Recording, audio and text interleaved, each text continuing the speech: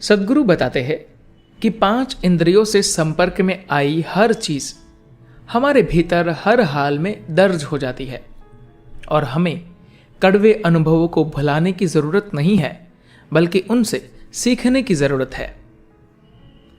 दुख कब होता है? जरा सोचकर देखिए कि आपका मन कब कब दुखी होता है। जब दूसरे लोग आपकी उम्मीदों के अनुसार व्यवहार नहीं करते। कभी अगर आप राह में पड़े किसी भिखारी की ओर 50 पैसे का सिक्का फेंकते हैं और अगर वह एहसानमंद होकर हाथ जोड़े तो आप खुश हो जाते हैं। महज 50 पैसे के खर्च में ही वह भिखारी आपके मन को खुश कर देने वाले मनोचिकित्सक का काम करता है।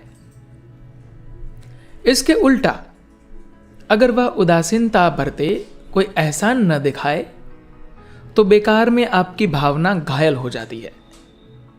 इसी तरह हर चीज के लिए अगर आप अपनी उम्मीदों को बढ़ा लेंगे तो आपका हर काम बोझ बन जाएगा। अनावश्यक रूप से जिंदगी जटिल हो जाएगी।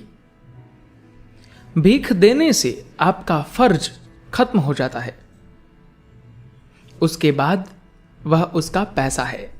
उसके लिए धन्यवाद देना या न देना उसकी मर्जी है।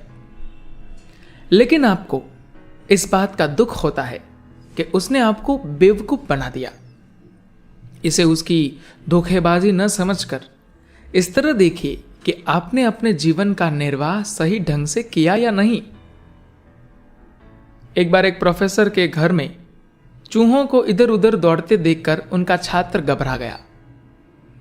अपनी किताब को सीने से लगाते हुए उसने पूछा, सर, आपने चूहों को यूं छोड़ रखा है, उन्हें पकड़कर हटा नहीं सकते? यह सच है कि चूहे मेरी किताबों को कुतर डालेंगे, लेकिन अगर मैं उन चूहों को पकड़ने की कोशिश में लग जाऊं तो वह मेरे हाथ में आए बिना कहीं छिप जाएंगे। उनका शिकार करने में ही मेरी जिंदगी कट जाएगी। उसके बजाय खास किताबों को सावधानी के साथ अलमारी में रखकर ताला लगा देता हूं। नीचे कूड़े की तरह पड़े कागजों को वह भले ही खा ले। इस तरह से वह आखिर तक अदना ही बना रहता है। किसी भारी भूत पिशाच की तरह मुझे डराता नहीं। हर एक चीज को भारी चिंता के रूप में ले लोगे तो चिंताएं तुम्हें खा जाएगी, प्रोफेसर ने समझाया। एक बार शंकरन पिल्ले अपनी पत्नी के साथ जुरासिक पार्क सिनेमा देखने गए। पर्दे पर जब भीमकाय डायनासोर भयंकर रूप से मुंह बाएं आगे की ओर लपका तो शंकरन पिल्ले अपनी सीट पर दुबक गए। अरे ये तो बस फिल्म ही है, उनकी पत्नी ने कहा। यह तो तुम्हें पता है, मुझे भी पता है, लेकिन उस डायनासोर को पता होना चाहिए ना, शंकरन पिल्ले ने चिंता के साथ कहा। अब भी उसी तरह सच्चाई और उम्मीदों को मिलाकर भ्रम में उलझ जाते हैं। अगर आपने सोच लिया कि किसी ने आपको घायल कर दिया तो फिर उस बात को आप आसानी से भूल नहीं पाते। यह भी जरूरी नहीं है कि सभी चीजों को भूल जाए। आपकी 5 इंद्रियों से सरोकार रखने वाली हर चीज एक याद के रूप में आपके अंदर दर्ज हो जाती है। किसी भी चीज को भूलना नहीं है। आप जिंदगी के जिस रास्ते से गुजरे उसके अनुभव मूल्यवान होते हैं। वे अनुभव फिर आसानी से नहीं मिलेंगे। उन अनुभवों से हासिल जानकारियों को गंवाना मूर्खता है। हिरोशिमा एक दर्दनाक याद है, लेकिन यदि उसे भुला दे तो दोबारा उसी तरह की बेवकूफी होने की गुंजाइश रहती है।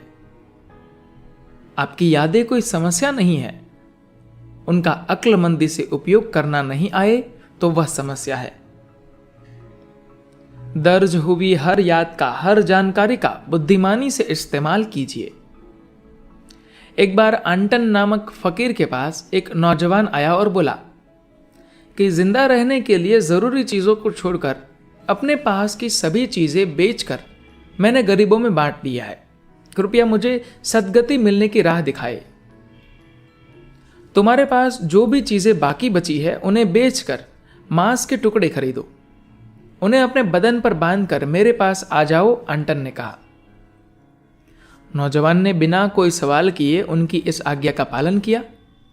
रास्ते में चील और बाज जैसे पक्षियों ने मांस के टुकड़ों को चुग चुग कर खा लिया। इससे उसके बदन पर घाव हो गए। उसे देखते ही फकीर ने बड़े प्रेम से कहा, अब तुमने समझ लिया ना कि नए रास्ते पर यात्रा करने का इच्छुक इंसान अगर पुरानी जिंदगी को थोड़ी मात्रा में ही क्यों न ले आए, वह उसे कुतर डालती है। आपके साथ हुई किसी दुखद घटना का अनुभव आपको घायल करके निकल जाता है या आपके मन को परिपक्व बनाकर जाता है, यह आपके हाथ में ही है।